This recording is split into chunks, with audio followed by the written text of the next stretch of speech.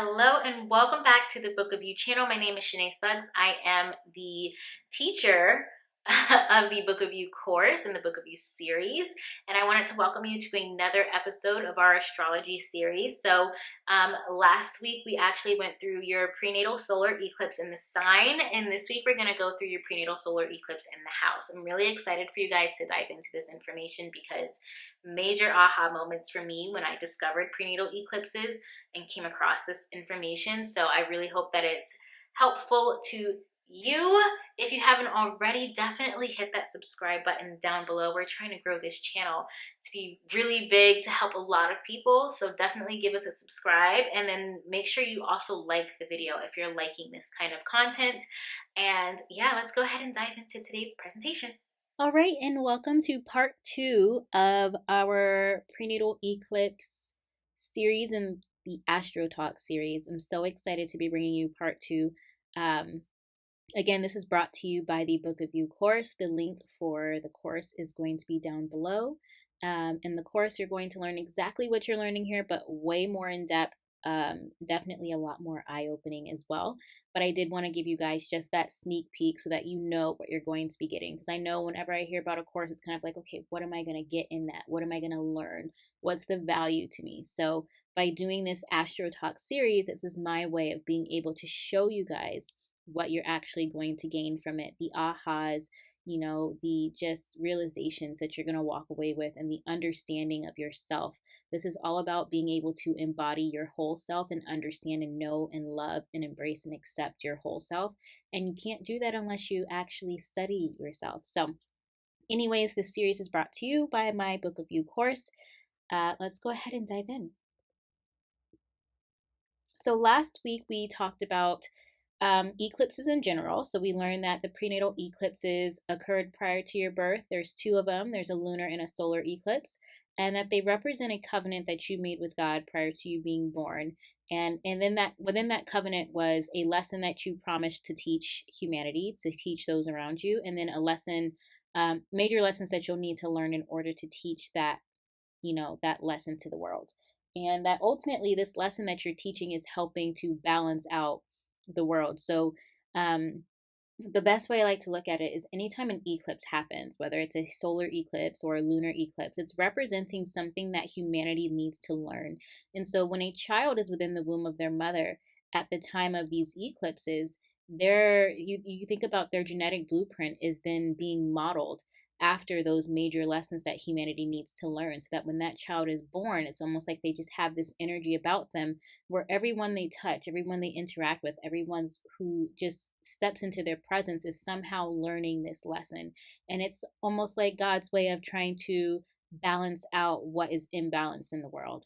And it's really, really beautiful when you think of it that way. So again, that was what we learned last week. We learned about eclipses in general. We learned that they represent a covenant, and that this covenant has details, that it outlines the lesson you're here to teach, the lessons you're here to learn, the actual journey that you'll find yourself on. So the major kind of checkpoints on your journey as you learn these lessons and mature and gain wisdom, and then how these lessons are then reflected in your physical body, and how your physical body will actually warn you if you're kind of veering off track. Then we dove deep into the actual signs of the solar eclipse. So I walked you through how you can quickly kind of Google, when your eclipses might have occurred and finding the sign of them. And so today we're actually going to continue on with that. So last week we learned about the signs of the solar eclipse, and today we're actually going to learn about the house that your solar eclipse occurred in, and what that means for you. So first off, how do you find the house for your solar eclipse? So I'm just going to regurgitate a little bit from last week. So if you didn't already, step 1 would be looking up the solar eclipse that occurred right before your date of birth. So you can easily do this by Googling solar eclipse that happened right before XYZ date. And then step 2 would be, once you've Googled that date, you're then going to Google and say, okay, so say your solar eclipse occurred August 23rd, 1977. You would then go into Google again, and you would Google, August 17th, 1977, or whatever I said, August 23rd, 1977, sun sign. And it would just give you, you just find out just by Googling, there are more complicated ways of doing this. You actually learn a very, very precise way to do it within the course so that you know exactly what your sun sign and what house it's in and everything. With this, you're kind of guesstimating, but at least you're getting somewhat of a gist of what you'll get in the actual course. So again, step 2, you're going to take that date of the actual solar eclipse and you're going to Google that date and kind of just look for the sun sign of that. You can just say, or you can just say month of August. Like I know month of August is typically going to be Leo/Virgo energy. So, anyways, you would Google that to find the sun sign of that particular date. And then you would basically look in your birth chart. So, if you don't know how to get a birth chart, I'm actually going to have a video coming out pretty soon on how to show you that. But you can also just kind of YouTube it. But you can actually just look in your birth chart and see where that sign actually occurs in your birth chart. So, maybe it occurs in your 11th house. So, then boom, okay, this solar eclipse occurred in my 11th house. So, anyways, that's a really quick roundabout way that you can find out the house. Again, there's a very more precise way that I teach directly in the Book of You course. So, if you're interested in that and getting your exact sign, your exact house, and being able to ask questions and get help on that, if you do have questions, then you definitely want to enroll in the course because that's where you're going to get the full experience. Okay, so let's go ahead and move on. So, um, now that you know what house, right? There's just a few details. So this is what we did in the last episode as well. There's details that are going to be in your house part of your covenant, your solar eclipse covenant. And so you're still going to have the levels of maturity, you're still going to have your body's experience, you're also going to have the area of experience. And when I say area, it's going to be more so how you're learning the lessons. And how you're teaching the lessons. That's really how this applies. It doesn't mean like if it's in your 11th house, that means, or in your 6th house, that means you're going to do it in your career. Okay. It doesn't mean that if it's in your 5th house, you're going to do it through having children or being an artist. That's not what that means. So with the house, what it really is going to entail is how. It's the how you're going to learn the lesson, how you're going to teach the lesson. So if you watched last week's episode, you're going to notice that the slides are pretty much very, very similar because actually what happens is you're going to have the house that's going to tell you the how, but then you're also still going to have that same energy of the sign that rules said house. So again, if your solar eclipse occurs in the sign of Leo, but it's in the 11th house, you're going to have your solar eclipse is going to have that energy of Leo, but it's also going to have 11th house energy, but it's also going to have the sign that rules the 11th house, which would be Aquarius. So you're really going to have Aquarius energy, 11th house energy, and Leo energy all within your solar eclipse. So this is why I'm like, this gets really detailed and unique to you as you actually put all the pieces together. And that's why I wanted to break everything up into this little series. But this is also why I'm like, I can't stress it enough. I can't say it enough. Enrolling yourself into the Book of You course is major because you're going to get step by step how to piece this all together. You're going to have downloadable PDFs that apply directly to you that you then put together and you can fill out with your name and such. And then you're able to put all of the pieces together in about a 30-page document. Give or take, it might be a little bit more depending on your house and sign combinations. That's really going to outline specifically the lessons you're here to teach and the lessons you're here to learn and how you're going to do those things. So again, shameless plug there. So let's go ahead and dive into the actual houses and what they will mean for you. So if your solar eclipse is found in the first house, you're going to, so this is again going to be very similar to the Aries energy, but you're going to notice that I have an extra detail added here. And the extra detail is the underlined portion. And this is going to be how you're going to learn the lesson. So with the first house, you're adding on. So remember, you have your sign from last week. So you're adding this on. So that's why I'm saying like your lesson is not just the sign. The lesson you're teaching is multifaceted, it's multi-layered. So this is a second layer to it. So If your solar eclipse is in the first house, you're here to teach others how to be independent, how to overcome their fears of new beginnings, how to be assertive, how to have the courage to stand for what they believe in. Now, the key here is you're going to share this lesson through one on one interactions. So it's really going to be based on you interacting, again, one on one with people, face to face, on the phone, it doesn't matter, but it's a one on one kind of situation. It's not, I'm going to stand here and teach to the crowd. It's okay, let me work with you one on one. And so this could be things like life coaching, but it could also literally just be your everyday personal relationships, your best friend, your sister, your brother, your boyfriend, your spouse. It doesn't matter. Um, it's a one-on-one relationship, one-on-one interaction. And so in order for you to teach this lesson in this way, you have to first learn how to be independent yourself, how to stand on your own 2 feet. And you're going to do this by searching for who you are. So you're going to be on this kind of path of constantly seeking out who you are, figuring out who you are as a person. Because as you figure out who you are as a person, that's how you're able to then stand on your own 2 feet and become more independent, and then share this lesson one on one with other people. And so, what this journey will look like for you is you're going to move from being an over dependent, angry, craving, just that, well, craving independence in a sense, but it's a very codependent kind of lifestyle. And you're going to move into actually wanting that independence and actually trying to take the steps to create that independence. And sometimes this may look like you acting like you're independent when you're actually not. So be wary of that. But once that's your second phase, when you're awakening to your patterns. And then the third phase, once you've kind of solidified everything and you've mastered your lessons and you've become very wise, that's when you actually become independent and you teach others how to trust in God's plan. You teach others how to live a more independent lifestyle. And I really should say interdependent, but independent in the sense that you stand for what you believe in, you know who you are, and you recognize that though we're whole and a collective, we're also separate.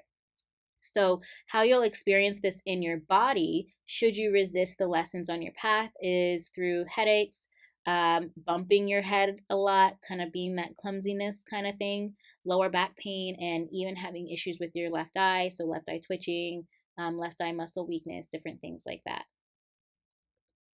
Now, if your solar eclipse is found in the second house, you are going to be teaching others how to develop a prosperous mindset. You're going to help them move from struggling financially to being financially healthy. And you're going to do this by laying out steps one at a time. So that's how you're going to teach the lesson to others. You're literally going to be like, okay, this is how you do it, step by step by step by step. Like, we're not going to try to like jump and skip steps here. We're going to do everything in order. And so, in order for you to actually do this, teach this lesson and teach it in that specific way, you're going to have to first learn how to embrace the material world, how to be okay with having finances, be okay with having financial wealth and physical material wealth, and enjoying it. Not just having, but enjoying it. And so you're going to learn this lesson by learning to see the basic flaws in your own moral system. And so this may be you realizing that you have some really dark, deep patterns with money that are keeping you from even attaining or maintaining wealth in your life. Maybe you're somebody who thinks that, you can't be spiritual and have money. That would be a basic flaw within your own moral system that you can then learn to grow past and grow through. So that's just, one example that popped in my mind. So how you will experience this journey of maturity is you're going to actually start out constantly being broke in a sense. And it's not that you, again, can't make money, it's that you have a hard time keeping the money. It's constantly being spent on, XYZ things, different situations. But either way, you're going to find yourself having no money a lot of the time. And you're going to move into a space of actually in your awakening phase to craving that abundance and wanting material things. And then you're going to, in your third phase of your journey, become actually quite abundant. And you're going to be able to teach others how to appreciate, the physical material world. So not just money, but all of your senses, being able to taste and appreciate things and appreciating the earth for what the earth provides. So you're going to really have a great appreciation for the material realm. And so, how you'll experience the lessons in your body, should you choose to resist your lessons, is your body is going to warn you through your senses. So all five of your senses will, be affected in some way at some point in time, should you choose not to learn your lessons, especially your ears and your nose and your throat. You're also going to find yourself having issues with these areas if you're struggling with your prosperity consciousness. All right, so I don't know why this says fifth house. That is a issue on my part. My bad. It's the third house. So the lesson that you're here to teach is to how to communicate and share information. So you're going to share this lesson by keeping the conversation flowing. So think of yourself as being a great conversationalist, somebody who can just share all kinds of information, because with this energy, it's kind of like you're always in the right place at the right time to hear information that somebody else may need. And then once that person is in your presence, you're able to share that information. So you're constantly sharing information. It's the opposite of hoarding. There's, a lot of times, like, I've struggled with this myself, and my stuff isn't even in the third house, but the whole hoarding of information and keeping it from others, this is not your energy at all. Your energy is like, as soon as you get information, you're sharing it. You're keeping things in flow. So, in order for you to do this and then do it in this way, you're going to first need to learn how to expand your perspective, and then learn how to communicate that. And you're going to do this by allowing things to flow through you. So this is something you're going to have to learn how to do. Is you're going to have to learn how to just let things flow through you. You think of yourself as a filter. You're just constantly channeling information to different people whenever they need it. So, how you will experience this in your journey as far as your levels of maturity is you're going to move from being a people pleasing sugarcoater, somebody who doesn't give the full truth, somebody who's just saying what people want to hear, essentially, um, to actually getting clear on how to communicate to people and how to communicate in a way where people actually understand. So, that's going to be phase 2, is when you're learning how to do that. By phase 3, you would have mastered that. And so a lot of people are able to easily learn from you because you're able to become like that chameleon. The third house is ruled by Gemini, which is ruled by Mercury. And Mercury is like that chameleon, able to kind of just shift and move and almost be like a shapeshifter, right? So adjusting to the energy of the space. So if somebody's in a bad mood, you kind of adjust how you communicate so that they can receive the message. Should you choose to resist your lessons while on this journey, your body is going to really communicate that message to you through your communication system. So that's your arms, your shoulders, your hands, your lungs, your nervous system. You're going to find yourself having issues in these areas of your body when your communication is being blocked. So if you're hoarding information, if you're not speaking your mind, if you're trying to sugarcoat and people please and you're not telling the truth in that moment, if you're not sharing what somebody actually needs to hear in that moment, you're going to start to feel the physical blockages in your body as a reaction to the mental and spiritual blockages that you're creating. So now we're in the fourth house. So if your solar eclipse is occurring in your fourth house, you're going to be teaching others how to understand, deal with, and express their emotions. Now, you're going to do this by first feeling comfortable within yourself. So, people are going to begin to be able to feel comfortable around you because you're comfortable in your own state. You allow emotions to kind of filter through you. You allow yourself to feel emotions. You allow people who are around you to get into their emotions, and they feel comfortable doing so around you because you're kind of like this just state of centeredness. You're just centered in who you are. So, before you're able to do this, you have to first learn how to interact with others while not only stabilizing your emotions, but theirs as well. And you're going to do this by learning your own self worth, which is really important, because with the energy of the fourth house, it's kind of like you become this um, recycle plant. You're taking in people's emotions and you're turning it into something that can be used, essentially. That's what recycling does, right? It takes something old and it turns it into something that can now be used, for whatever new purpose it's being used for.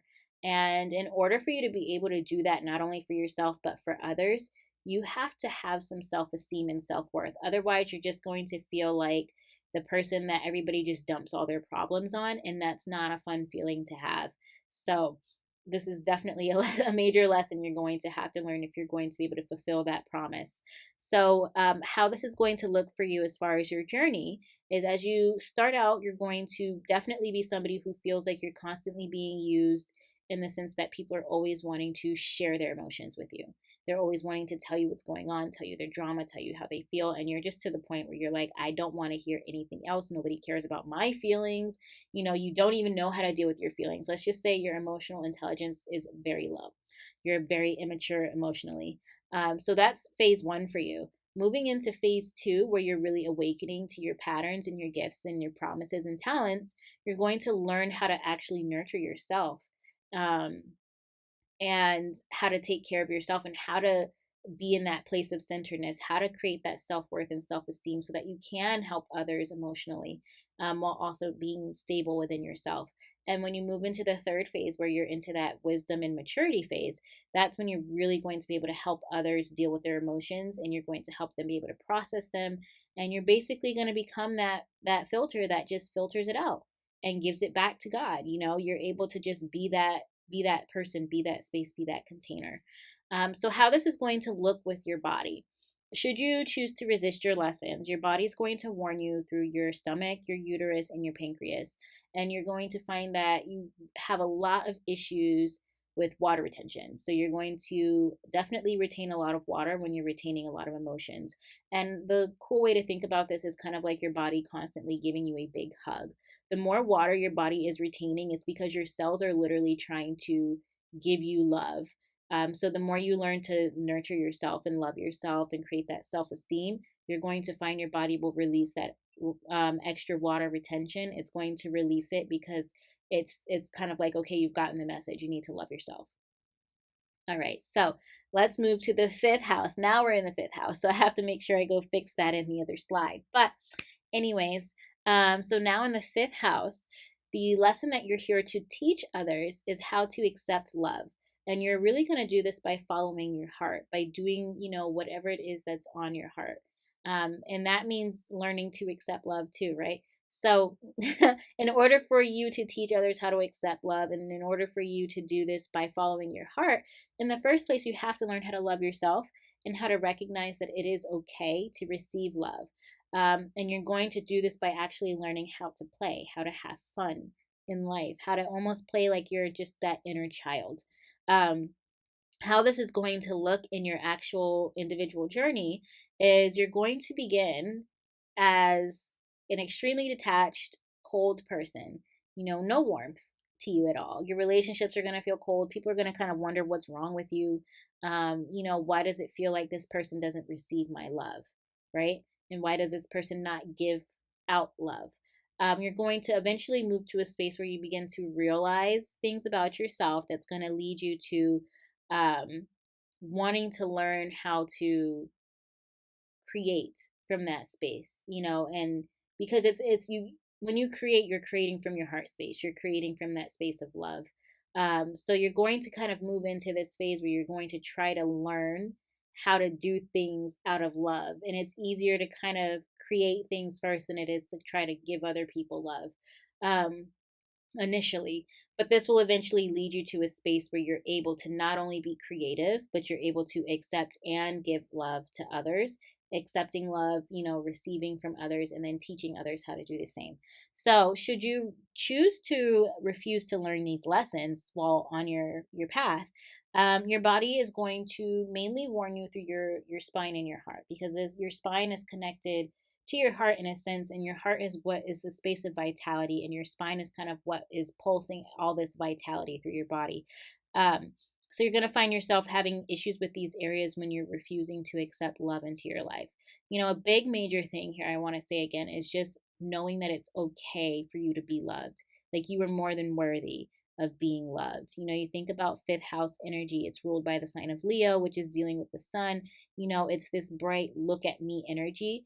But ironically, with your solar eclipse being in the fifth house, it's kind of like you feel undeserving of that. You don't want to be in the spotlight. You don't want to receive accolades and applause and love and appreciation. It's kind of like you just want to be hidden, and it's coming from that opposing energy, which is that Aquarius energy, where you kind of detach from everything and you lose yourself in the humanitarian work. And it's kind of like God is calling you to actually receive love, because while yes, you can help others and create for others and give to others, you can't forget about yourself. Like you need to be refilled, basically.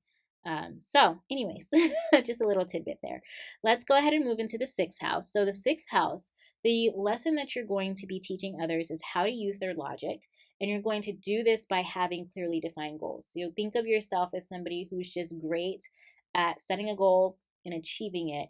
And by doing so, you're going to be an example for others on how to use their logic, because this energy is very strong in the, okay, there's this spiritual idea, right? There's this idea that I have in my headspace that I keep feeling the impulse to do.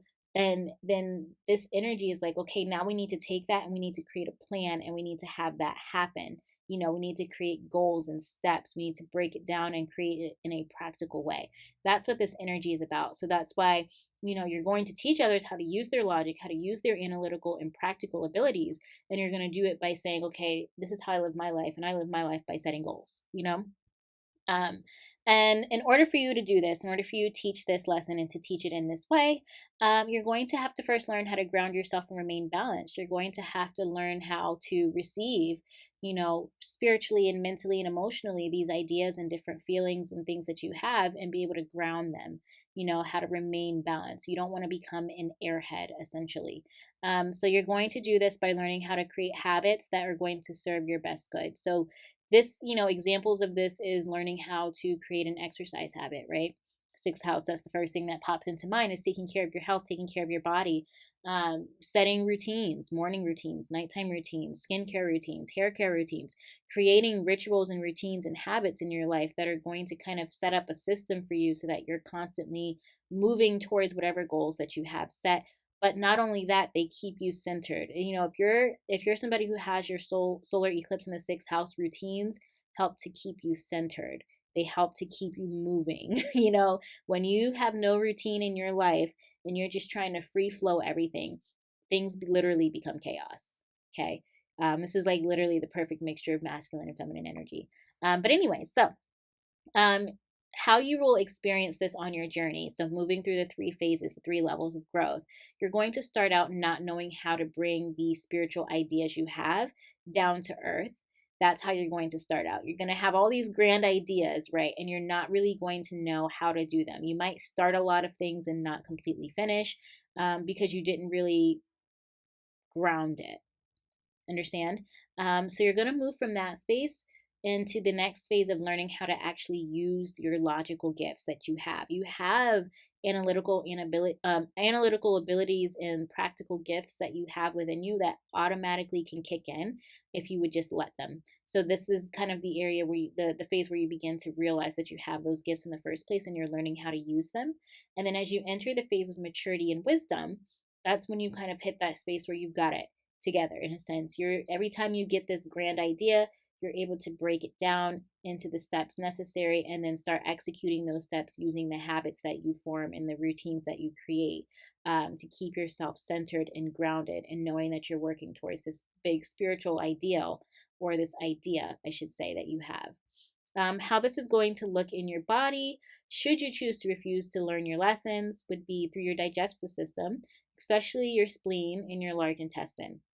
So you're going to find yourself having issues with these areas when you're not processing or digesting life correctly. So this is kind of like that being ungrounded, unbalanced. I like to really just say it's almost like being an airhead. You know, the opposing energy here is going to be 12th house or Pisces energy, and that's a very intuitive spiritual energy. And it's almost like you can go off the deep end with it.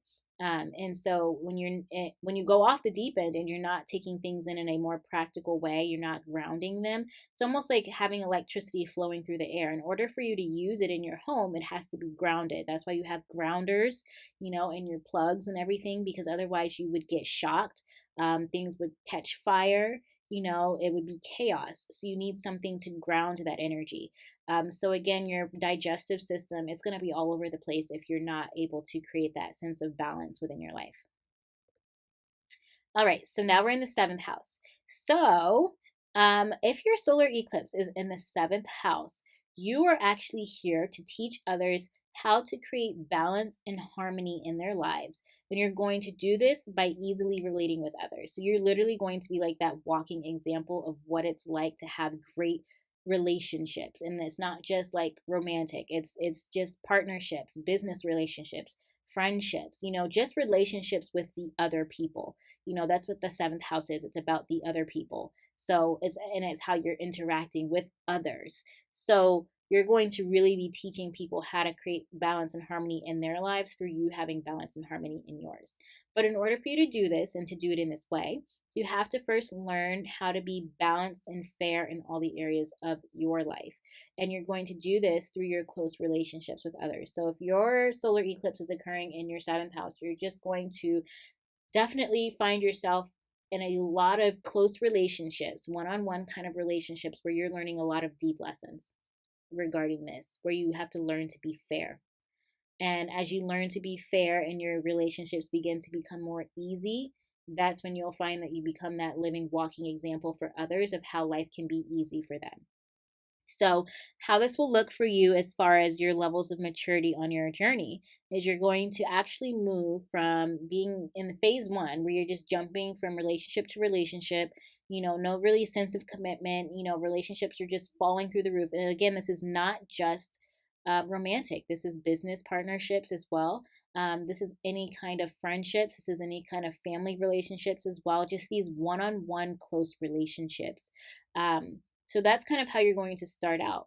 And then as you move into phase two, where you're really beginning to awaken to your patterns, your talents, your gifts, all of these different things, you're going to learn how to actually relate to people. And this is it's going to be an interesting lesson for you for sure, because again, you're going to be learning this through your close relationships.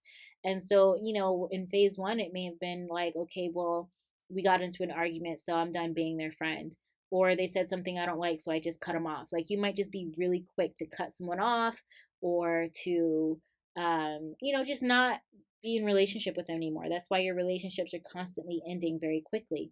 So you're moving into a space now where you're like, okay, let me actually try to work it out. Let me actually get to the root. What is the the root cause, the bottom denominator? Maybe it's me. So once you enter into your third phase, that's where you get into a space where you're balanced in your relationships, and therefore creating balance in your life as well, because life is relationships, right? Life is essentially you interacting or having relationships with everything and everyone that you come into contact with. So how this will be reflected in your body should you refuse to learn any of the lessons on your path is through your kidneys, your adrenal glands, your ovaries if you're a woman, your prostate if you're a man. And you're going to especially have issues in these areas if you're not communicating honestly, if you're not putting in the effort in these relationships, and thus creating an imbalance, in your outer world. It's going to be reflected within your inner world too. So not just in your mind and your, emotions, but in your body as well. All right, so eighth house, with the eighth house, the lessons that you're here to teach is to teach others about the responsibility that we each have to each other, and the responsibility we have for our communities and for our world. So you're going to do this through powerful interactions with others, like very just deep interactions with others. But in order for you to do this, so in order for you to teach this lesson and to teach this in this way, you have to first create your own moral and value system based on spiritual truths. And you're going to do this by taking responsibility for your actions. So it's kind of like before you can have these very deep, powerful relationships and interactions with other people, maybe you meet somebody and all of a sudden you guys just click and you have this really deep conversation about all of the wonders of life and how life works and things like that. So before you're able to do that, you have to first get your spiritual base in check, right? You have to get your value system in check. And you're going to do this first by, again, taking responsibility for yourself and the actions you take. So, how this is going to look in your levels of maturity is in the beginning, you're actually going to start out being very manipulative. Starting out not really caring about others is going to be, okay, well, what can I get from this? What do I get from this situation? What do I get from this person? You're not going to be worried at all about how you're serving that other person and what responsibility you have to that other person. Like, oh, maybe I shouldn't take all their money when I know I'm not really going to teach them what I said I'm going to teach them, because I know that that's probably like their last dime. But when you're in phase one, you're like, oh, well, I'm going to do it anyway because I want the money, and you're going to leave that person stranded. That's where a lot of these like scam artists that you see online and stuff kind of fall into this energy here. Um, so you're going to move from that. And then phase two, you're going to find that um, you start to learn the value of everything. You start to learn that everything has value, everything matters, and everything connects. And you're going to begin, changing how you do things, becoming less manipulative. You're going to start caring about others and how your actions are going to actually affect others. It doesn't mean you become like a doormat or a people pleaser or anything like that. It just means you do become aware before you make a decision how it's going to affect somebody else. And then by the time you move into phase three, you've gotten into this point where you actually honor yourself and others in every single thing that you do. So you basically make the decision that's going to have the best good for everybody and not just yourself. So, how this is going to look in your body, should you choose to not learn any of the lessons on your path, is through your bowels, your reproductive system, your rectum, your colon, your small intestines, the list goes on. So should you have issues with these areas, it's going to be because you're stuck in a energy of control and manipulation where you're trying to control an outcome, you're trying to control a person, you're trying to manipulate them to get what you want. Um, this is essentially you not recognizing that you have a responsibility to God's plan. You have a part to play, and rather than you playing your part, you're just worried about yourself. So anytime you're kind of stuck in that, again, that sense of I need to be in control, I need to be able to manipulate this, you're going to have issues with these areas of your body. All right, so ninth house, and I'm having this weird thing again where the photo doesn't want to show up, but I'll edit it in the video, no worries. So with the ninth house, you're going to be teaching others how to understand the common thread that runs through everything, and you're going to be doing this by sharing different cultures and environments. So the first thing that comes to mind is I think of the Bucket List family. I don't know if you guys have ever watched them on YouTube, but my husband actually tune me into them. I don't, I don't watch them all the time, but they're a family that literally gets paid to travel the world, and they show all different kinds of resorts, hotels, but they also show the culture. Like they make sure they actually get out of the hotel and go visit and go try different foods and experience the environment, whether it's a beach or a forest or, mountains or whatever, and they actually experience the culture. And what one thing that was really cool that they would do is they would kind of take something from each space and they would incorporate it into their home. And they were building a home in Hawaii. I don't know if they finished it because I haven't been watching them for a while, but they were building their home and they were kind of creating a theme for each room based on places that they've traveled to. So this to me is an example of somebody who is literally sharing different cultures and environments, and by doing so, they're actually showing others how common all of these cultures are, how a lot of cultures really have the same kind of base. It's kind of like, oh, we all kind of cook in a pot, but maybe the pot is shaped differently. Or we all kind of eat the same foods, but we season them differently. Like every culture for the most part may eat chicken or fish or something, but the way they prepare it, it makes me think about curry. How many different kinds of cultures have curry as a food? You've got your West Indian curry, your Jamaican curry, your Trinidadian curry, your actual like Indian curry from India, but you've even got, Thai curry. You've got all kinds of curry, so it's seeing the common thread that runs through everything. So in order for you to teach this lesson to others, you have to first break through all your prejudices.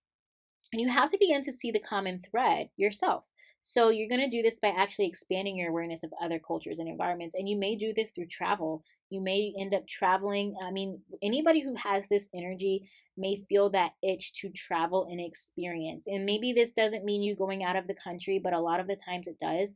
It could mean you going and experiencing different restaurants and trying new foods. It could be you going to different grocery stores and trying new ingredients, going to the Asian market, going to the Spanish market, going to the, different markets that may be within your neighborhood and within your area, and just experiencing these things. So again, this is kind of the lesson you're going to teach and how you're going to have to learn it first in order to teach it. So how this is going to look in your actual journey through your levels of maturity is you're going to move from being very narrow minded, meaning this is the way to do it, this is the only way, to actually wanting to study other ideas and cultures so that you can begin to see, it's going to be this itch that you have within you to want to study other cultures and to see how they do things, to see if any of it will work for you. And then you're going to move into this truth, this universal truth, where you actually share this truth with others. And it's almost like you create your own religion in a way. You almost create a whole new culture where you kind of just have brought everything in. It's just like you become a melting pot. So your how you're going to experience this in your body is you're going to, if you resist your path, again, your body's going to warn you through your hips, your thighs, your skin, and your liver, and this is mostly going to be because you've been very rigid, very narrow-minded. So it's kind of like you're not flexible, you're not free flowing. Ninth house energy and Sagittarius energy is all about being able to move, being able to flow, and so if you're kind of boxing yourself in, you're not giving yourself space to do so. So those joints and muscles and areas of your body that are really about movement, you know, you're going to have a lot of issues with that. And then the liver, is how you're processing things, how you're filtering out the impurities. Again, if you're stuck in that rigid belief system, you're not allowing anything to come in, and you're not allowing yourself to actually process things correctly. And same thing with the skin. But anyways, that's just an extra tidbit for you. So let's dive into the 10th house. So, with the 10th house, you are actually here to teach others how to have a good reputation, and you're going to do this by actually being a leader in your community. But in order for you to do this, you have to first learn how to have integrity, how to be responsible, and how to fit in with society. And this does not mean fitting in with society in ways that are not true to who you are, because that would be interfering with your integrity, and not in ways that don't allow you to be responsible. So it's wanting to be seen as that pillar in the community and being seen as somebody who is honest, who is responsible, and who is one to be trusted.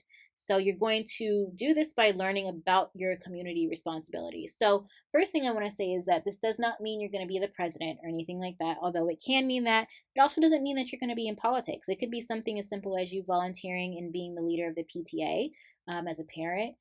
It could be that you help out with the Girl Scouts, and maybe you're a leader in the Girl Scouts. It doesn't have to be like this major thing where you're like a senator or a congressman or anything like that. It's just that you are seen as a leader within your community. And again, you're going to do this by first having to learn your responsibility to your community. You have to first care about your community in order to even get to this level of being a leader. So, how this is going to look for your levels of maturity is you're actually going to start out not caring about your reputation at all. Like you're going to kind of be like that rebellious, I don't give any F's about anything. I'm just going to do what I want. And not caring about your responsibility for the community at all. It's kind of like, think of it like that teenager phase you go through where you just don't care. That college year phase, you're just like, yeah, let's just party, let's just have fun. Like it's kind of like that energy. So you're gonna move from that kind of energy into your awakening phase where you actually begin to see the value in others, and the value in how others see you. You're going to see that there's a value to having a reputation, and a good reputation at that, because you're going to find that actually you have more power when you have a more positive reputation, because people are more willing to work with you and your network expands. And being a community leader, it's all about having a big network, right? And so as you move into the third phase, you actually become a guide for others on how they too can build that strong reputation based on integrity, solid values, and responsibility. Again, it's that person, you're looking up to that person like, oh man, they have their stuff together, and I trust them to guide me and to teach me in this area of my life. That's what you become. So, how your body will experience this should you resist your path is going to be mainly through your bones, your knees, your stomach, your teeth, and your skin. And you're especially going to have issues if you refuse to accept your responsibilities and your authority in life. So, if you just want to kind of sit around and really not do anything with yourself and, not really work on building your reputation and becoming known in your community, then your body is going to reflect that because that's what you came here to do. So your body's going to essentially push you to end up doing it at some point through its warning and its messages. Oh my goodness, it's doing this again. This is so weird. Okay, so 11th house. I'll just insert the image. You guys won't even know that it's not there. So with the 11th house, you're actually here to teach others how to detach. And you're going to do this by teaching in group situations. And in order for you to even teach this lesson and to teach it in this way, you're going to have to first learn how to detach from everything, essentially, from ideas, beliefs, and expectations so that you can flow in life. And you're going to do this by learning how to dream. And it's really interesting because you think about it, you're like, okay, well, how does learning how to dream teach me how to detach? Well, because dreaming opens you up to many possibilities. So that means you're no longer attached to how something is going to happen. It doesn't have to happen any particular way. You know, you're open, you know, you're open to anything happening. And so you really begin to kind of get into this let go, let God mentality. And you're able to then teach that to others. And again, you're going to be teaching this in a form of group situation. So rather than like, what was it, house number one, where you were teaching in one on one interactions, this is really going to be group situations. So this is almost kind of like the teacher standing in front of the classroom and teaching. So how you're going to experience this on your journey is you're going to actually start out being forced to lose people and lose things so that you can learn to release your attachment. Knowing that people will come and go in your life, things will come and go. There's a season for everything. You know, everything has its season. Sometimes, you know, things come for a reason and they leave for a season. You know what I'm saying? So that's kind of like your first phase where you're forced to let go of things. And then you move into this space of where you actually are learning how to let go and release so that things don't have to be removed from your life. And as you know, begin to learn that lesson and you begin to master it, you enter into this space where you just flow. You're just in a state of flow and you're just like, life is going to happen, you know, and I'm just flowing with it. Should you refuse to learn these lessons, you're going to experience things like hypoglycemia, diabetes, ankle swelling, sugar cravings, and nervous tension. Nervous tension and anxiety as well. Constantly just being anxious about, okay, is this going to happen the way that I want it to? Is this going to go the way that I want it to? Is this person going to stay in my life? Am I going to be able to keep this thing in my life? You know, same thing with the ankle swelling and the sugar cravings. It's kind of like you comforting yourself in a way. Um, if that makes sense. But anyways, you're gonna find yourself having issues with these areas when you refuse to let go and just let God. It's like you're refusing to let things flow. So the swelling, you know, the diabetes, the sugar issues, it's kind of like you're not in flow. You're trying to just control everything. So that's that. All right. So now we're in the last and final house, the 12th house. And if your solar eclipse is occurring in the 12th house, you're here to teach others how to develop their sensitivity. So this could be spiritual sensitivity, intuition, learning how to tune into themselves. And you're going to do this by letting go and letting God. And in order for you to do this, in order for you to teach this lesson and to teach it in this way, you first have to learn how to develop your own sensitivities, so your own intuitive gifts. And as you do this, you will be doing this by learning how to get in tune with yourself.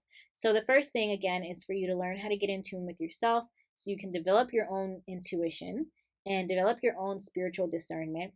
And as you do so, you're then able to teach that to others. And that's where that lesson of letting go and letting God is, because when you're in tune with yourself, you automatically understand whether something is part of God's plan or not, and you're able to kind of just let things happen the way that they're meant to happen.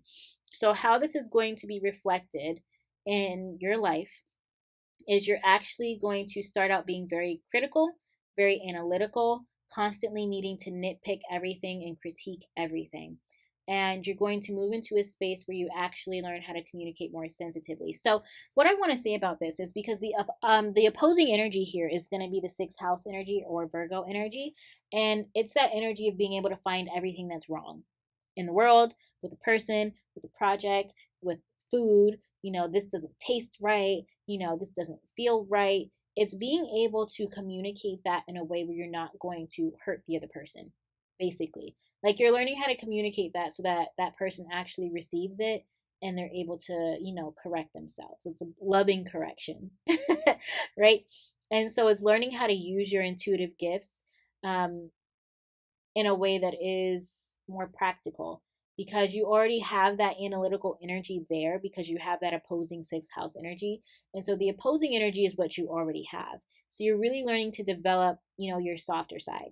That's how I kind of like to think of it. Like you have this very rigid, like this is wrong, this needs to be fixed, to, okay, let me kind of get a sense here of, you know, okay, this does need to be fixed, but how can I communicate that?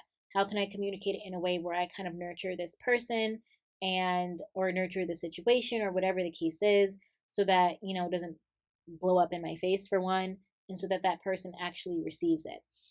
So you're going to move. That's kind of like phase two, where you're learning that whole spiel, and then you're going to move into a space where you're actually able to see the issues in the world and things and people, and lovingly communicate that. And so, how you're going to experience this in your body, should you refuse any part of your lesson, is through your feet, your lymphatic system, and your digestive system. You're going to find yourself having issues with these areas if you're over analyzing. So, if you're falling back into your old patterns and old tendencies, that's when you're going to find yourself having issues. And a lot of that deals with flow as well. Your lymphatic system definitely, and your digestive system, it's all processes, and it's processes that help your body to function at its best.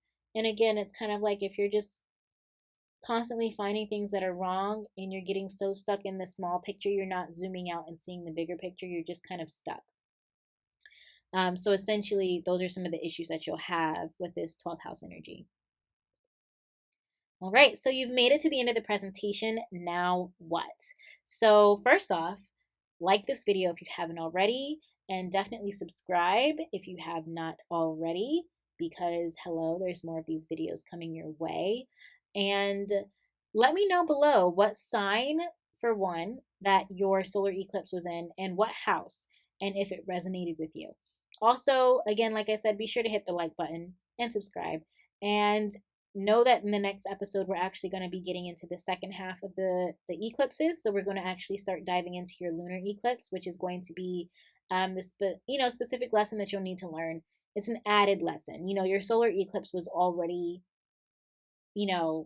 had a lesson that was attached to it, but again, there's levels to this stuff. So now you've had your first level, which is the actual sign of your solar eclipse, and then today we learned the second level, which was adding even more layers. And then next week you're going to add the third level, which is going to be another level of lessons. There's tons of lessons just for you to help to balance the world in one specific way, but it's all worth it and it all makes sense. And then as we begin to actually dive into the birth chart, you'll get to see how your birth chart is actually really reflective of your actual solar eclipse and your lunar eclipse as well. It all kind of reflects habits and patterns that you'll have ingrained in you that you'll need to kind of work through so that you can actually fulfill your promise in the eclipse covenant. So anyways, last thing I want to mention is that the Book of You course is open for enrollment. So the link for the course is down below. You actually get to build a beautiful binder like the one I'm holding in this picture. I love this binder. You can also create a digital version if you prefer to just have it on your phone by saving the PDFs and being able to open them up whenever you want. And you can also do both. It's totally up to you how you want to do it. But you get to learn way more, not just about your prenatal eclipses, but the juicy details, and about not just your eclipses, but your whole chart. Okay, so your eclipses are just the tip of the iceberg. So you get to learn why you're here, what lessons you're here to teach, what lessons you're here to learn, who your true self is, how you can be your true self, and the journey it will take to get there. Again, this is life-changing stuff here, okay? You're going to walk away very clear on who you are, very clear on who you're not, and you're going to learn how to let go of who you aren't to become who you are. You're going to learn to embrace yourself, all right? This is all about self-embodiment. This is all about you being able to let go of all of the ideas of who you think you're supposed to be and learning to accept who you actually are and embracing that, and being able to embrace both your light and your dark sides, right? Your shadow and your light sides. Being able to embrace all of those patterns that you have. Now, does it mean that everything is okay? No, but it's like how I've mentioned all this week. It's about learning to work with all the parts of yourself and get them all on board so that you can move forward. So if that means, you have this unconscious or subconscious pattern where you tend to start things and not finish them, It's kind of like you bring that into perspective. Your conscious side may be like, well, we need to finish this project. Like, why haven't we finished this project yet? Like this needs to get done. And you have this conscious side of you that's constantly beating up on your subconscious side. And it's kind of like, well, if you would just work together, right? Bring them to your round table and sit down and say, all right, consciously, I want to finish this project. But subconsciously, for some reason, I don't want to. And you begin to explore that and actually listen to your subconscious and the pattern and why it's there. AKA journaling, self observation, studying your charts, things like that, all things that I teach you in this Book of You course. You're able to actually listen to yourself and get to the why, get to the root of why you do something and why that pattern is there. And then when you listen to it, magically, poof, it's like the pattern changes and your subconscious begins to become on board with what your conscious mind may want, or it might be vice versa. You might find that subconsciously that pattern was actually protecting you or helping you, and your conscious mind may then shift and begin to work more with your subconscious. So it's a great course. It's a great process to really work through to create that self embodiment, because when you're embodying your full self, you're walking in your full power and you're manifesting and creating life from that full power. So, anyways, the link down below for that course, you can enroll now. And yeah, that's all I've got for you. I will see you next week in episode 3. We're diving into the lunar eclipses. I'm so excited. Till then, don't forget to like, don't forget to subscribe, and don't forget to leave me a comment down below. Let me know if this was helpful to you, because again, hearing feedback from you guys only lets me know if I should continue doing this series, if it's helpful to you, if you're finding value in it. So with that, I will see you next time. Bye. All right, so I hope that was eye-opening for you. If you have any questions, if you have any issues trying to figure out the house of your solar eclipse or even the sign, leave me a comment down below and I'll be happy to help you. If you have any questions about the Book of You course, leave it down below and I'll definitely be sure to answer your question. And if you're ready to join the course, I'm excited for you to join us and join the fam. The link to join the course is down below. You'll have all the information on the page there, and the buttons to be able to do your thing and get enrolled in the course. And yeah, that's all I have for you guys. So I will see you next video. In our next video, I'll see you in our next astrology video as well. Thank you again so much for tuning in. Don't forget to give us a like and a subscribe, and I will see you next time. Bye.